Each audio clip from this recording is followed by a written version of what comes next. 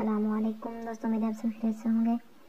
ہم سے بخاری کی حدیث پڑھ رہے ہیں۔ حدیث نمبر 3، زمین کا مالک وزارت میں یہ شرط لگائے کہ جب چاہے کاشتکار کو بے دخل کر دے۔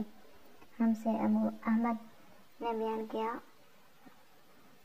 کہا ہم سے محمد بن یحییٰ ابو حسین کنانی نے کہا ہم کو امام مالک نے خبر دی، انہوں نے نافع سے، انہوں نے ابن عمر سے کہ جب خیبر کے یہودیوں نے عبداللہ بن عمر کے ہاتھ پاؤں مروڑ دیے تو حضرت عمر خطبہ پڑھنے کو کھڑے ہوئے کہنے لگے، حضرت صلی اللہ علیہ وسلم نے خیبر کے یہودیوں سے بنائی کا معاملہ کیا تھا اور فرمایا تھا جب تک پروردگار تم کو یہاں رکھے گا ہم بھی تم کو قائم رکھیں گے۔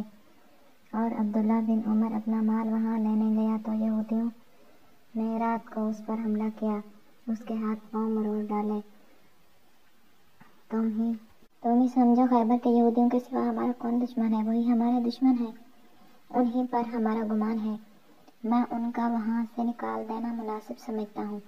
حضرت عمر رضی اللہ تعالیٰ عنہ نے یہ قصد کر لیا تو ابو عقیق یہودی کا ایک لڑکا ان کے پاس آیا، کہنے لگا اے امیر المومنین، تم ہم کو نکالتے ہو اور محمد صلی اللہ علیہ وسلم نے تو ہم کو وہاں ٹھہرایا تھا اور ہم سے بنائی کا معاملہ کیا تھا اور شرط کر لی تھی کہ تم یہیں رہنا۔